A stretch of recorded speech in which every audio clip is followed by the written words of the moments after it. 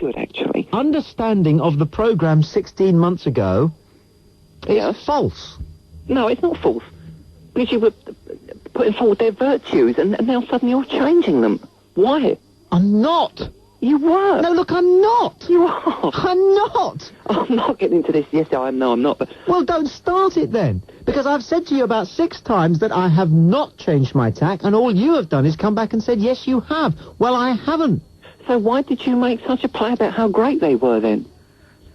I just said we're not going to do this anymore. 6 times you have tempted me, and 6 times I have said, nay, get thee behind me. I have not ever said that Monty Python was any good. I hated it when I was a boy.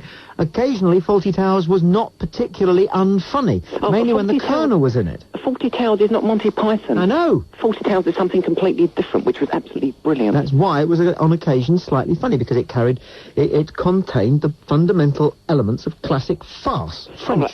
All right, Tommy. I'll put my hands up and say... You were wrong. Yes, I will, yes, I will. Thank you. Free call 0500 1053 89. This programme is nothing if it is not consistent. Helen calls from Worcester. You're on Talk Radio. Helen, good afternoon. Hello. Hello. Tommy, I love being married guy because my husband thinks like a Monty sheep Python is wonderful. With a hat on. In the bathroom. Anywhere. He's driven me mad. He's made me think that there's something wrong with me, and I'm the one that's causing the marriage breakup, because these things are funny and I find unbearable. You sound as though you've swallowed a Jew's harp. Sorry. Hello? Hello? Are you still there? You sound like the computer in 2001. I am, really. Can you say, oh, don't do that, Dave? Hey. Mate, thank you for your call. Free call 0500 1053 89. Dexter is on the line from Essex. Dexter, you are on Talk Radio. Hello, Good Tommy, afternoon. how are you? Monty Python, forget it. What do you like, Nottingham the Pythons? Forget it, man. No, it's just that type of humour. It's just appeals. It's not like the American one-liners, though, is it? It's just totally bizarre. It isn't funny. It is funny. It can be, but lots of things are bizarre, but they're not funny. Well, that doesn't do anything. The Millennium Dome is bizarre. Are you going to laugh at that? No, but it's just, I don't know. They were doing something completely different. They did what Spike Milligan. They were taking over from Spike Milligan with. Remember, anybody can do something totally different. It's not funny. It wasn't funny then, and it isn't funny now. People like you laugh because everybody else is laughing. You don't know why you're laughing. No, not at all. Yes, not at all. I was in creases, and I just never. I remember I watched it when I was a little kid, about 13 or 14. Never seen anything like it before. That was the canned laughter. Well, it might well have been, but ever since I've loved it. And I know loads of people. A lot of people can't identify with it. A load of people can't explain why they think they like it. And you're one of them. That's the good thing. It's just so out there. I mean, obviously they could be crap. There were the odd episodes where you thought, what the hell are they doing? And others where it'd be just completely superb. All right, well then give me a sketch then that's funny. Oh, there were so many, Tommy. Well, give me one. Upper Twit of the Year. Upper class Twit of the Year. Right. That wasn't funny. Well, it was. It wasn't, man. It simply wasn't funny. It was dull. It wasn't dull at all. What made you think it was dull? Because I didn't laugh. But then you could... I don't know, Tommy. It's obviously not your thing, then. You didn't laugh at it. You kind of went, look. Oh, no, I didn't. Well, it wasn't... I mean, I didn't burst out in tears. What impressed you was that they appeared to be doing something radical and bold. Mm. And, you know, when you're young, you kind of think, oh, I wish I could be that brave, taking the mickey out of the BBC generally. Uh-huh. You know, anti-establishment kind of thing. Ooh. You know, you kind of think you like... Oh, yeah, I know what you're saying. Yeah, you kind of like punk bands and, I'm brave, me, you know, I'm out there, I'm on the edge. And Monty Python was part of all of that. Mm. So you'd buy the record and you'd do that dance, you'd watch Monty Python, buy the video and laugh. But it's still just a knee-jerk thing. Bit of tribal bonding. But what it's done, I mean, America have taken it over, haven't they? Yeah, they've tried to copy it. No, they haven't tried to copy it. Well, they were huge over there, weren't they? What was it when they went to American Bowl? They weren't huge. Where have you heard that? Oh, what was it, the Bowl somewhere? I don't know, one of these big tours they did. Oh, for goodness. The Hollywood Bowl? Oh, they were huge Do me a favour, the Osmonds filled that 10 times over. They hardly filled it once. Well, they've tried to copy them ever since. And what have we got now? We've got one... Who tried to copy the Pythons? Oh, there's loads of comedians out there. Who? Who? Name one. I can't, Tommy, not off the top of my head. Spam. Hopeless. Free call 0500 1053 89. tragic business. Chris calls from Berkshire. You're on Talk Radio. Chris, good afternoon. Good afternoon, Tommy. I'd just like to say I agree with you. Thanks. The series was, well, let's be honest, it was rubbish. Wasn't But The Search for the Holy Grail, I felt, was a different calibre. It was a one-off. It was a brilliant film. it? It wasn't brilliant. It was a great film. It wasn't brilliant. It was comedy at its greatest. It was not comedy at its It was greatest. British For goodness comedy sake. showing its true colours. Tommy. Hullo's Holiday is comedy at its greatest. The Yeah. General by Buster Keaton at its greatest. You know, Night at the Opera. That's comedy No, at its greatest. that's boring. That's boredom. A night at the opera, sitting there listening to some fat person singing on about a load of rubbish. I'm sorry, we're talking about the Marx Brothers here, of course. Oh, right, You're yeah. a student of Sorry. humour, are you? Yeah, It that's right. shows, it shows. It shows. It's good to sit at your knee. Oh. Now, Tommy, I'd just like to say as well that, you know, you were a great hero of mine when I was very young on Wackaday. yes. Whatever happened?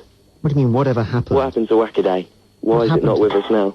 Well, nothing stays the same. I mean, didn't I get that point across? Well, What did I... People move on. Life changes. True. People develop. true. Should keep developing all their lives. Mm. Should put their Monty Python albums on the top shelf and leave them there. Well, Yes.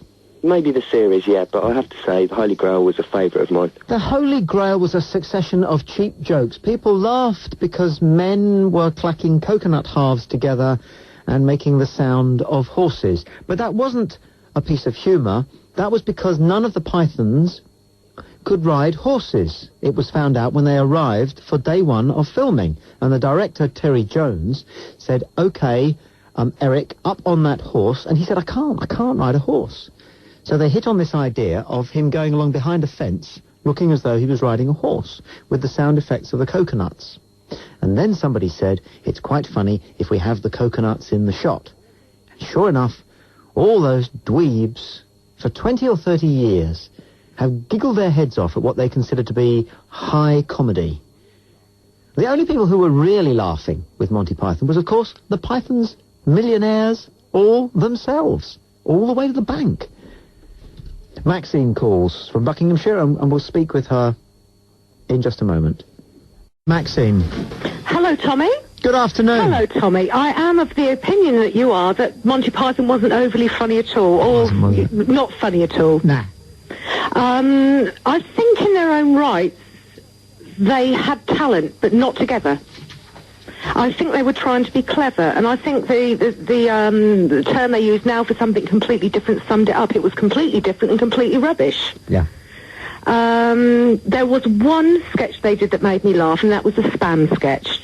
Have you heard of the spam sketch? Yeah, we've been sort of doing spam. Yeah. Spam. No, I do find that titillating. Nah. Not hilarious, but titillating. No, you put a bunch of Vikings in and something comedic like spam, and spam is funny. Yeah. Don't know why, but, you know, It's a war, I think, Tommy. it's the war. Yeah. And the idea of, spam with everything. Yeah. Yeah. Yeah. But apart from that, not really. Nah. Now, I'll tell you a little story what happened when I was watching Monty Python as a child. We had the Ministry of Funny Walks. Do you remember that? Silly walks, yeah. Silly walks, funny walks or whatever. Silly walks. Now, my dad proceeded to go down the high street doing a silly walk. Oh, dear. And coming up the other way was a man that had a disability. With a leg, yeah. Exactly. Oh, dear. We laughed at him at first, and then when we saw this, we thought, oh, God, this isn't Okay. funny. No. Do you understand what I'm saying, Tommy? Yeah, I do. Yeah. I do. Monty Python was fundamentally cruel. He was. Yeah. And... another thing is those crap cartoons. Yeah. Oh, they were awful. They were bloody awful. They were terrible. Yeah. What was funny about a big foot coming down and squashing people? Oh, they really were. They were absolutely awful. And they were designed to be there so that you'd laugh more at the actual comedy. Yeah. Now, I'm thinking that people that have gone through this thing and think it's funny have been on a different plane to the rest of us, maybe on LSD in the 1970s or something else. And Terry Gilliam, who did those cartoons, Yeah.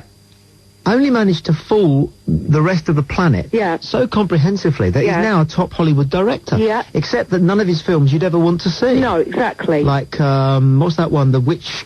the one with Robin Williams and Jeff Bridges, I think, was in this thing. Yeah. You know, it's not a film you'd ever see. No. Because it was rubbish. Yeah, they're operating on a different wavelength to us. definitely. And, I mean, okay, you know, okay, a lot of people say, well, yes, it was funny, but what is their idea of funny? Have you seen Armando Iannucci? No. On Friday Night Armistice? No, what's that? Funny. Is it? That is funny. What channel's that on? I think it's on Beeb 2. Yeah. This guy, I promise you, I don't know, I don't think he's much of a writer, but yeah, his delivery, his performance is, it's red hot. Yeah. Red hot. The guy is going to be around for ages, you know. Yeah. Well, I'll look into that then. Do that. I just can't see anything funny. I mean, in their own right, I like them. I love John Cleese. I think Fawlty Towers was absolutely brilliant. A masterpiece. Yeah. But that was down to the writers, wasn't it? Well, yes, possibly. You know. Mostly. Yeah. And who's the other one that does Round the World? Michael Palin. Michael Palin. Palin. And I think you have a load of, what do they call them, up-class schoolboys together. They say, let's do something completely different. They did it. They conned us. That's what it was. It was a bunch of upper-class public school boys all together. Free call 0500 10 53 89. Maxine, thank you for your call. Thank you for your support. The Monty Python lot are getting together again, and they're going to do some funny stuff, which won't be funny because they weren't funny last time round. There, we've said it. It's out in the open. It's great to be out of the closet on this one. Monty Python wasn't funny. Now, that doesn't mean you're a bad person, if that's what you think. Alan calls from the Wirral.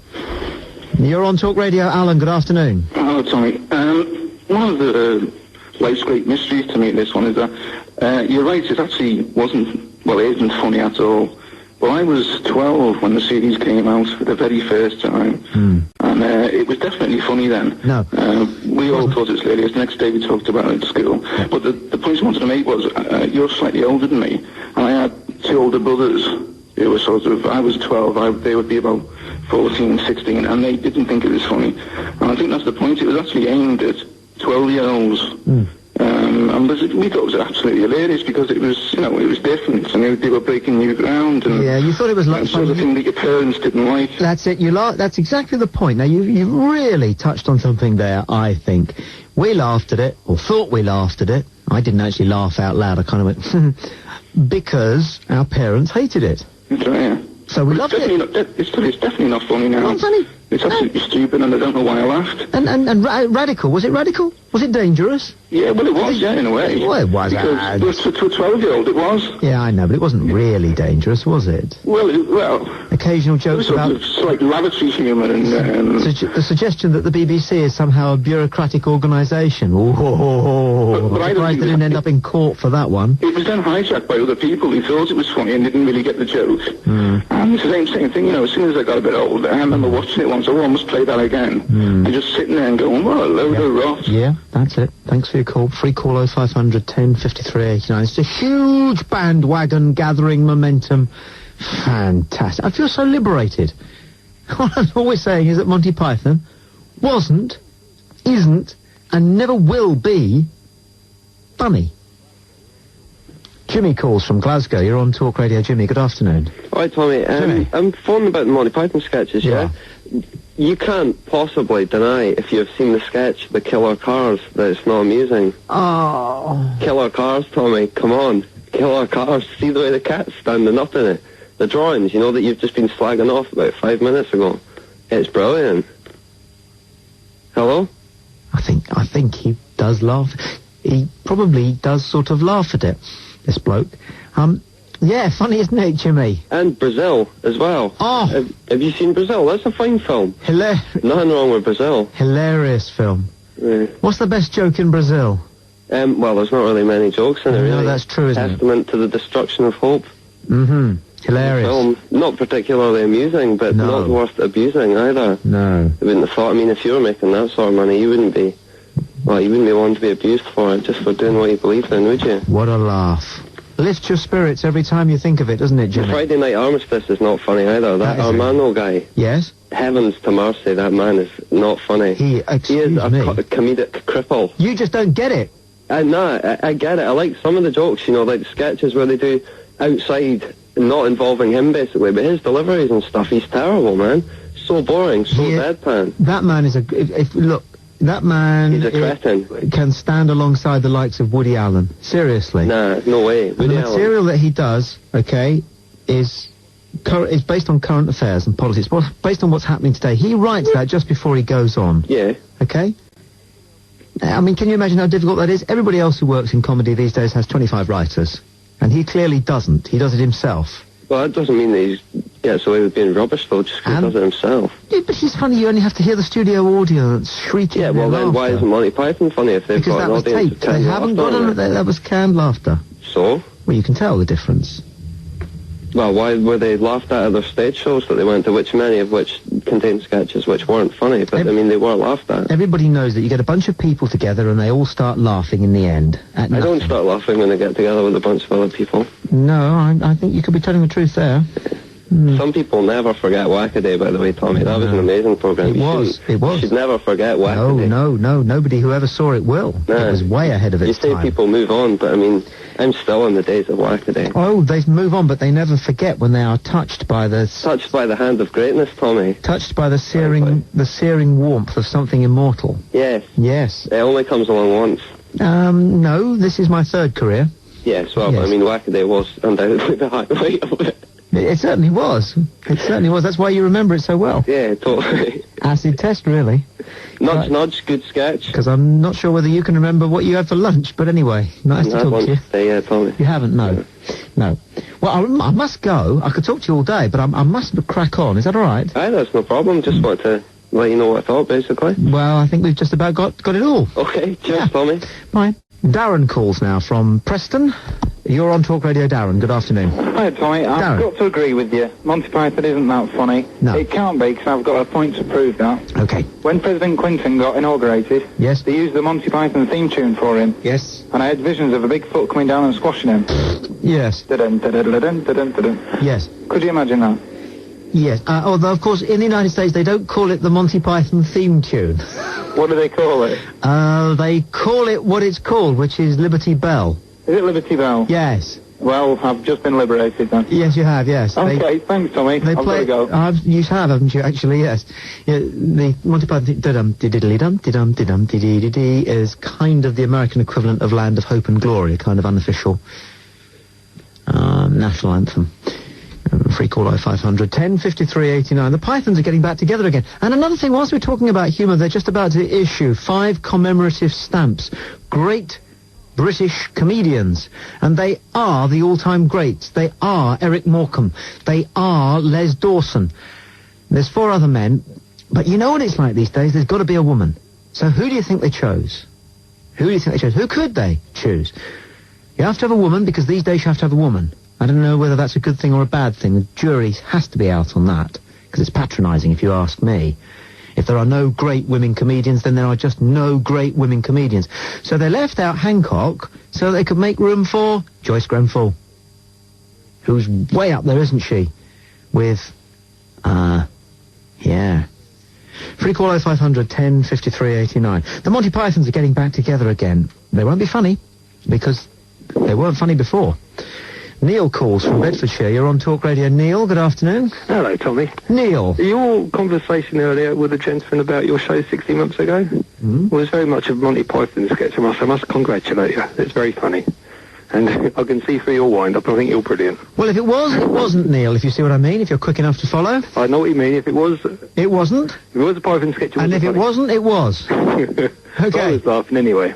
Right. Well, when early at the beginning of the show you said Les Dennis was funny, you must be winding people up now. Les Dennis is great. No, he's not. Yeah, Les Dennis makes me laugh.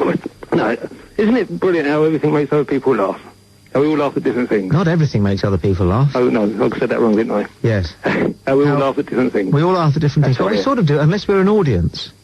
That's true, yeah. Because when you're in a collective audience, you see, you all laugh at the same thing, and you all don't laugh at the same thing.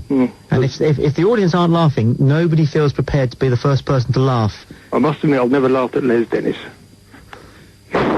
Well, you know, perhaps you haven't got much of a sense of humour. Oh, I have. I think I have. Well, who doesn't? Have you ever met anybody... nobody admits... Have you ever met anybody who said they had no sense of humour? Well, people who know me say I have, so... No, they don't. Yes, they do. No, they don't. Nobody says that. Just because I don't like Les Dennis... I worry about the company of people who say, my friends say I've got a great sense of humour. No.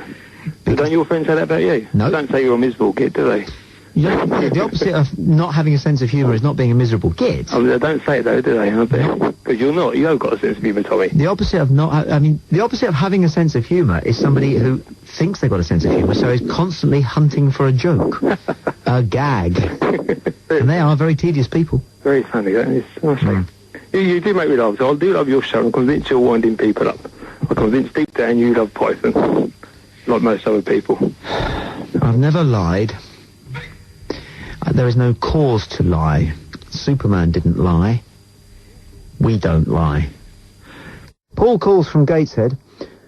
Paul, you can come out of the closet now. Yeah, I've taken the Tommy Boyd show to actually come out. There. It was the middle class took over comedy. It went downhill from there. Yeah. I mean, the story with me was, I remember we had Rediffusion TV, but at the time we couldn't get BBC Two, and it came on, and everybody was raving. Did he say, no, I'm sorry, we haven't got BBC Two, but we got it. It came on, and I remember a sketch. They were taking the Michael out of the Freemasons because of somebody was designing a big architectural building, and it was obviously the Freemason got the contract. Yes. But the people come through there, they slash the bits, then they put through the rotating knives. Yeah, you remember the rubbish that was on it, and I thought, well... Oh, please, can I be a Mason? Help me, Obi-Wan Kenobi, you're my only hope. No. What am I doing? This was rubbish. Then the next day, talking about it at school, I got ridiculed. Yeah. Na, you did. I used to say, Dad, can I go to bed before this comes on? Yeah. It was, well, I remember me dad putting it on. This is funny. You and I know what it was like, don't we, Paul? It rhymes with Stadium of Light.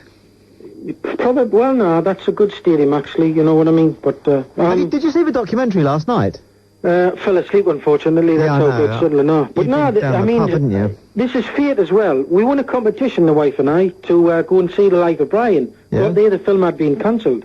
Never mind. Never mind.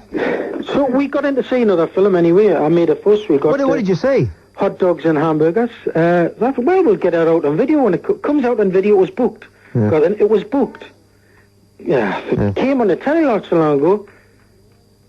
You know why we didn't see it at pictures? You know why we didn't get to see it at the video? Because it was utter rubbish. Yeah, it was. It was fate. I wasn't supposed to see it. No.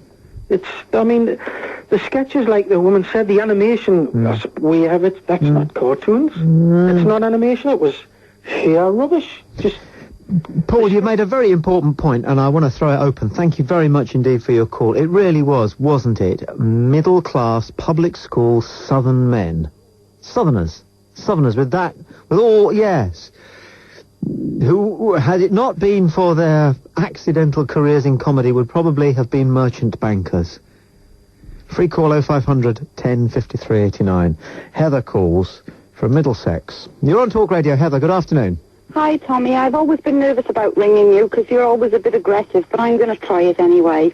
I think that Monty Python's an absolute insult to people's intelligence, and I don't think what anybody realised at the time that they were doing this was they were, without using the word, taking the pee out of all the people that are out there to make a good fast buck out of it. Absolutely right. It's caused an awful lot of problems. It's caused a lot of offence. I just can't believe that people will fall for it, and now they're going to fall for it all over again. I think they will.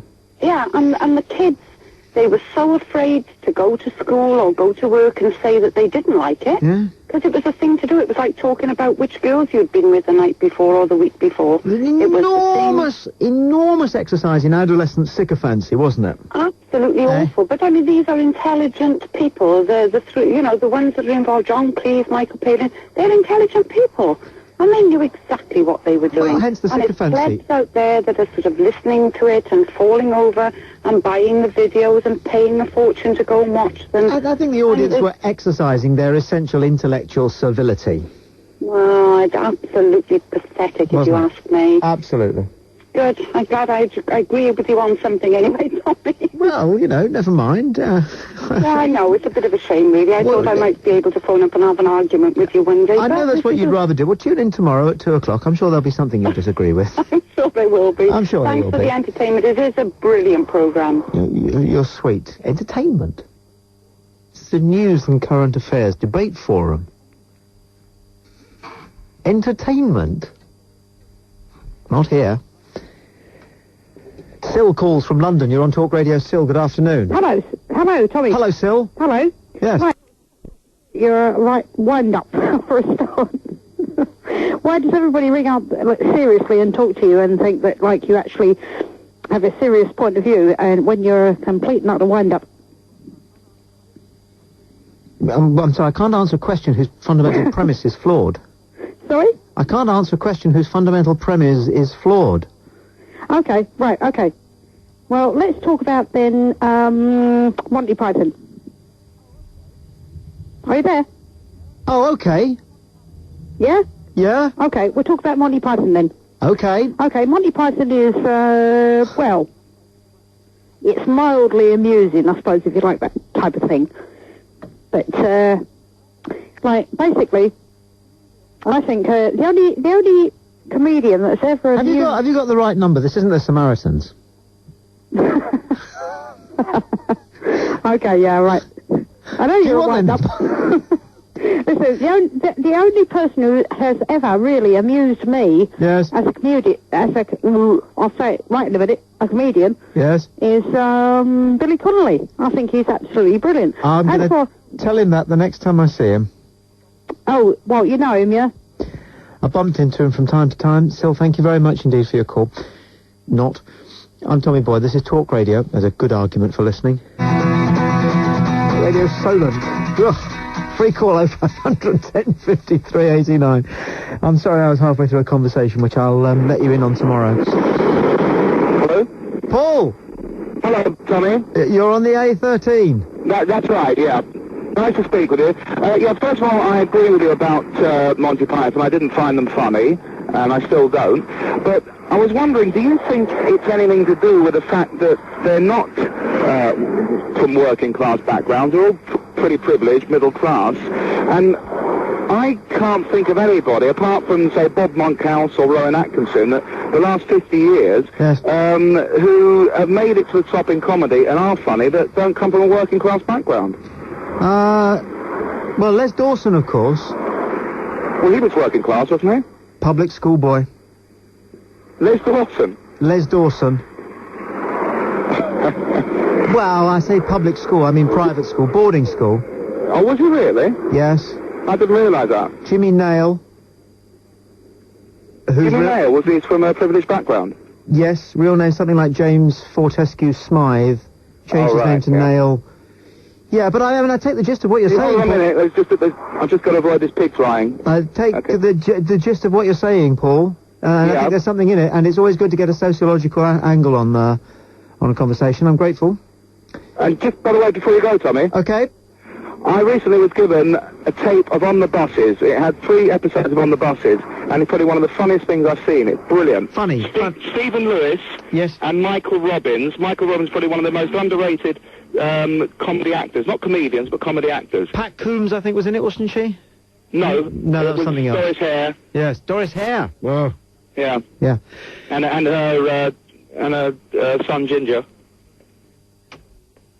A free call 0500 10 53 89. We're setting the record straight on Monty Python, and it's a very liberating experience. Quite exhilarating, really. There's no happier truth than when you're being truthful with yourself. Monty Python wasn't funny. They're getting back together again. What a nightmare it's going to be. All those flabby, balding men, well, what's left of them anyway? Trying to be funny, which they weren't in the first place. Free call 0500 10 53 89. I'm Tommy Boyd. This is Talk Radio. I can't think of one proper joke in Monty Python. I can't think of a decent joke in all the TV series and all the movies starring the Monty Python lot. And their sketches never had a punchline, ever. They just sort of finished, didn't they? And that old man crawling along in tatty clothes who would take ages to come up to you and say, "It's." Ha ha. Sean calls, he's on the M4. You're on Talk Radio, Sean. Hi, Tommy. You must have had a really bad experience lately. You've fundamentally changed. I remember about a year ago, maybe a little less, I was applying rouge to Claire Lane's face. I'm her makeup assistant. And we were listening to your show. And in between patching up her face, she likes a lot of rouge, You were saying how we should celebrate Monty Python. You were saying what a testament they are to the piss take of like the minutiae of British life and the anal retentive Anglo-Saxon tiny little minds that we all have and that we all like to laugh at, and we like to laugh at our parents, obviously. When you've got the radio on in the background, I don't expect you to listen properly, and clearly you didn't. I haven't got the radio in the background. I hope the radio was on in the background if you were making up a star. Who were you making up again? Cleo Lane. Cleo Lane? Yes, and we both agree that your show was correct at the time, because Monty Python were that funny. So let me get this straight. Loads of jokes. Let me get this straight. You're making up Cleo Lane. Tommy, what about the joke where Michael Palin meets John Cleese in the park? John Cleese is the policeman. Michael Palin says, excuse me, do you want to come back to my place? I've lost my wallet. John Cleese goes, well, have you seen anyone around? Anyone looking a bit suspicious? Yes. Michael Palin goes, no, not really. And then John Cleese goes, well, there's very little we can do about that, sir. Yes. And then Michael Palin looks around. And says... And looks at his feet, and then he says, do you want to come back to my place? Yes. And then John Cleese looks around, rubs his leather-bound gloves together and says, you're all right then. All right then. That's class. But it's not funny. It's funny, that's It's class. not funny. What about the cheese shop? What about the cheese shop? It isn't funny. What about the cheese shop, Tommy? And if I may, okay, the Michael Palin man is in a bowler hat, isn't he? That's right. Yeah. In other words, symbolising an upper middle class twit, which they were. Well, that's what they were, so why not? That's what. And the police officer was not a constable, if I remember correctly. It was a superintendent with a flat cap and a peaked cap. Am I right? He wasn't wearing a proper cap, proper normal hat, that's right. He was wearing a superior cap. In other words, he was a superintendent, at the very least. Well, you can't escape your roots, can you? That isn't the point. The reason you were fooled into laughing is because they utilised those motifs, which you have yourself a natural belligerence towards. That's easy. Anybody can do that. I can do that. Well, that's clever then, isn't it? No, it's not clever at all. Wensleydale? Oh, hello? What was Mr. Wensleydale. What was John Cleese wearing in the cheese shop sketch? Actually, I don't remember that one. On visual, anyway. I heard it on tape. A bowler hat. And pinstripe trousers. Same thing. Same easy trick. These are their trick. roots, Tommy. That's their roots. No, sir. These are tricks. Monty Python... Tommy, no, you're wrong. They are their roots. No, sir. This is British Empire. They're having a laugh at the mind that's been reduced by that kind of. Look, I mentioned that I was on my third career. My first career was as a comedian. I know what I'm talking about here. There are certain triggers which make people laugh, and where it's were you cheating. A comedian? Well, all over. You don't work in the one place, do you? Butlins? Yes. Plenty of places. Well, that's a comedian. From Butlins through to the BBC. I was a hired, paid-up, full-time, funny person. Did you get many laughs? Yeah, the right amount. The correct You don't want too many. People at Butlins will laugh at anything, Tommy. No, they won't. Yes, they will. You should try it sometime. People at Butlins are working-class scum. They laugh at anything. Yeah, I mean, that's true, but... That's right, isn't it? But you still got to make it happen. The point that I am making, right, is that Monty Python knew 5 or 6 symbols or triggers which would always make people laugh. Agreed. Men in bold... They flogged them. Do you remember the song they sang about the things that make us laugh? They told the audience what made them laugh. Fish, bananas... Clever. Now that's clever. Old pyjamas... That's clever. Buttocks, boils, and string. Those 5 things. And they flogged them, didn't they? To death. Yeah, and that's clever. And you Tommy. fell for it. Tommy, that's clever. I've not heard that sketch, but that sounds clever to me. Does Cleo Lane still listen to the show? When she's not applying her rouge, yes, she does. Who have you made up today?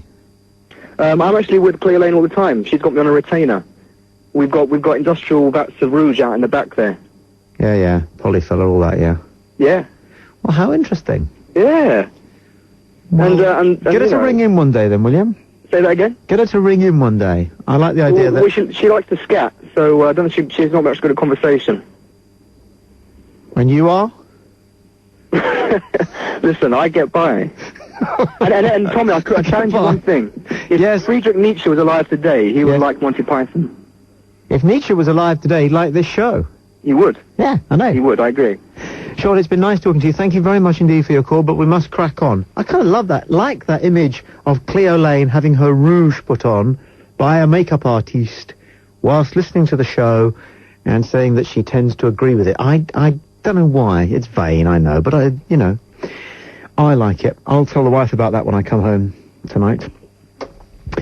Avril calls from Edinburgh. You're on Talk Radio. Avril. Hello, Tommy. Darling. Chris Morris.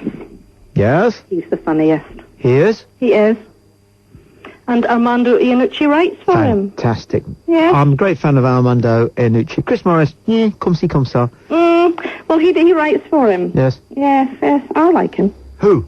Chris Morris. And Armando Iannucci, too. Mm-hmm. Yes, he does the Friday Night Armistice. Yeah. Yeah. These are people who are getting laughs without comic props. Mm-hmm. Look, have I got news for you? Mm-hmm. Oh, yes, very good. Paul Merton with his comic prop look of surprised indignation. Mm-hmm. Whatever anybody says, Paul Merton gives his surprised, indignant look, and the audience fall about. Mm-hmm. I mean, it's tedious, isn't it? And Angus Deaton. This week I have mostly been eating daffodils. And they fall about, because that's what he says every week. You know, it's cheating. You think so? I do. You think so? I do, whereas Chris Morris... No, I just think they're very clever. Yeah, but I mean... Chris Morris's radio program's very good. Who, Chris Morris? Yes. Radio 1. Is he on Radio 1? He started again. Yes, he was dumped before for being a bit controversial, but... I read that they weren't going to allow any Radio 1 people on television because they were so pasty-faced. Did you read that? No. I read that. And Chris Morris is quite pasty-faced, isn't he? He is, actually. Mind you, he's got a very strange face. He looks so different. Yes. He has this ability to look very, very different. Yes. Mm-hmm. Yes. He looks a bit like Michael Portillo to me. Doesn't he? No, I don't think so. Yes, he does. Now, I wonder if... No. I don't think so. Supposing Michael Portillo is moonlighting as a surreal, satirical comic. You think so? Possibly. Possibly. Mm-hmm.